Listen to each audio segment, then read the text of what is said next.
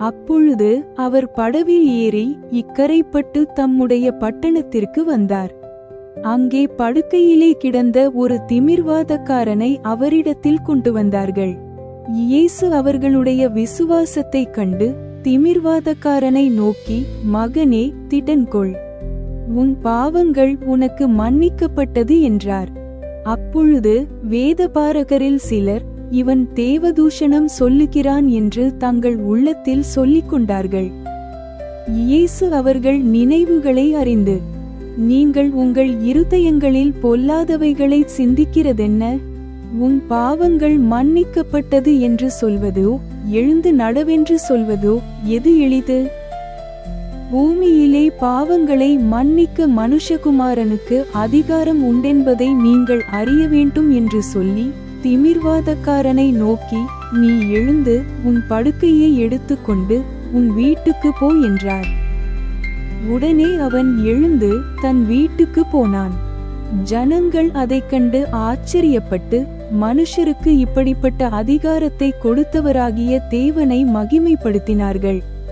இயேசு அவ்விடம் விட்டு புறப்பட்டு போகையில் ஆயத்துறையில் உட்கார்ந்திருந்த மத்தேயு என்னும் ஒரு மனுஷனைக் கண்டு, எனக்கு பின் சென்று வா என்றார். அவன் எழுந்து அவருக்கு பின் சென்றான். பின்பு அவர் வீட்டிலே போஜனபந்தியிருக்கையில் அநேக ஆயக்காரரும் பாவிகளும் வந்து இயேசுவோடும் அவர் சீஷரோடுங்கூட பந்தியிருந்தார்கள்.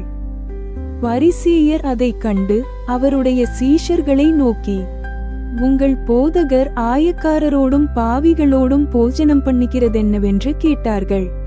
இயேசு அதைக் கேட்டு, பிணியாளிகளுக்கு வைத்தியன் வேண்டியதேயல்லாமல் சுகமுள்ளவர்களுக்கு வேண்டியதில்லை, பலியையல்ல, இரக்கத்தையே விரும்புகிறேன் என்பதின் கருத்து இன்னதென்று போய் கற்றுக்கொள்ளுங்கள்.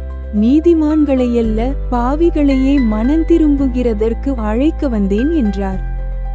அப்பொழுது யோவானுடைய சீஷர் அவரிடத்தில் வந்து, நாங்களும் பரிசேயரும் அநேகந்தரம் உபவாசிக்கிறோமே, உம்முடைய சீஷர் உபவாசியாமலிருக்கிறதென்னவென்று கேட்டார்கள். அதற்கு இயேசு, மணவாளன் தங்களோடிருக்கையில் மணவாளனுடைய தோழர் துயரப்படுவார்களா? மணவாளன் அவர்களை விட்டு எடுபடும் நாட்கள் வரும், அப்பொழுது உபவாசிப்பார்கள். ஒருவனும் கோடித்துண்டை பழைய வஸ்திரத்தோடே இணைக்க மாட்டான், இணைத்தால் அதனோடே இணைத்த துண்டு வஸ்திரத்தை அதிகமாய் கிழிக்கும், வீரலும் அதிகமாகும். புது திராட்சரசத்தை பழந்துருத்திகளில் வார்த்து வைக்கிறதும் இல்லை, வார்த்து வைத்தால் துருத்திகள் கிழிந்து போகும், இரசமும் சிந்தி போகும், துருத்திகளும் கெட்டுப்போகும். புது ரசத்தை புது துருத்திகளில் வார்த்து வைப்பார்கள், அப்பொழுது இரண்டும் பத்திரப்பட்டிருக்கும் என்றார். அவர் இவைகளை அவர்களுக்குச் சொல்லிக் கொண்டிருக்கையில் தலைவன் ஒருவன் வந்து அவரை பணிந்து, என் மகள் இப்பொழுதுதான் மரித்து போனாள், ஆகிலும் நீர் வந்து அவள் மேல் உமது கையை வையும், அப்பொழுது பிழைப்பாள் என்றான். இயேசு எழுந்து தம்முடைய சீஷரோடு கூட அவன் பின்னே போனார். அப்பொழுது 12 வருஷமாய் பெரும்பாடுள்ள ஒரு ஸ்திரீ, நான் அவருடைய வஸ்திரத்தையாகிலும் தொட்டால் சொஸ்தமாவேன் என்று தன் உள்ளத்தில் எண்ணிக்கொண்டு அவர் பின்னாலே வந்து அவருடைய வஸ்திரத்தின் ஓரத்தை தொட்டாள். இயேசு திரும்பி அவளை பார்த்து, மகளே, திடன்கொள், உன் விசுவாசம் உன்னை இரட்சித்தது என்றார். அந்நேரம் முதல் அந்த ஸ்திரீ சொஸ்தமானாள். இயேசுவானவர் தலைவனுடைய வீட்டிலே வந்து தாரை ஊதுகிறவர்களையும் இறைகிற ஜனங்களையும் கண்டு, விலகுங்கள், இந்த சிறு பெண் மரிக்கவில்லை, நித்திரையாயிருக்கிறாள் என்றார். அதற்காக அவரை பார்த்து நகைத்தார்கள்.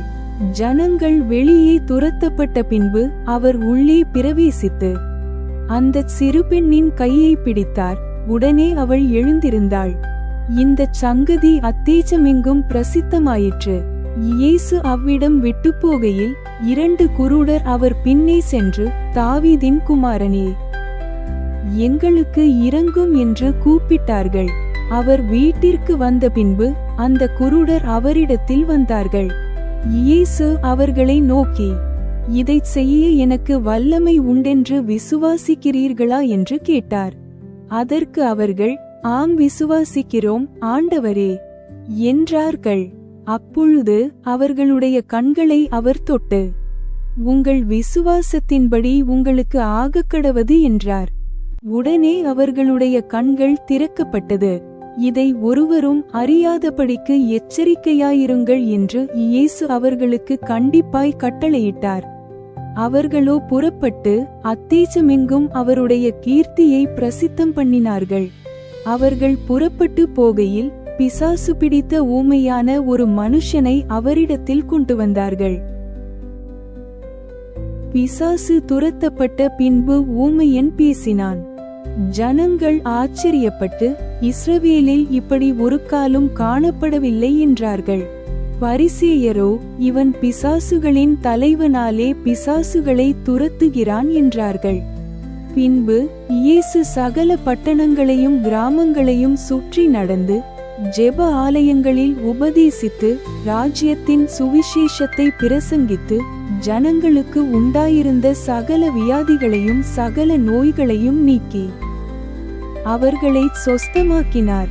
அவர் திரளான ஜனங்களை கண்டபொழுது அவர்கள் மேய்ப்பனில்லாத ஆடுகளைப் போல தொய்ந்து போனவர்களும் சிதறப்பட்டவர்களுமாய் இருந்தபடியால் அவர்கள் மேல் மனதுருகி தம்முடைய சீஷர்களை நோக்கி, அறுப்பு மிகுதி, வேலையாட்களோ கொஞ்சம். ஆதலால் அறுப்புக்கு எஜமான் தமது அறுப்புக்கு வேலையாட்களை அனுப்பும்படி அவரை வேண்டிக் கொள்ளுங்கள் என்றார்.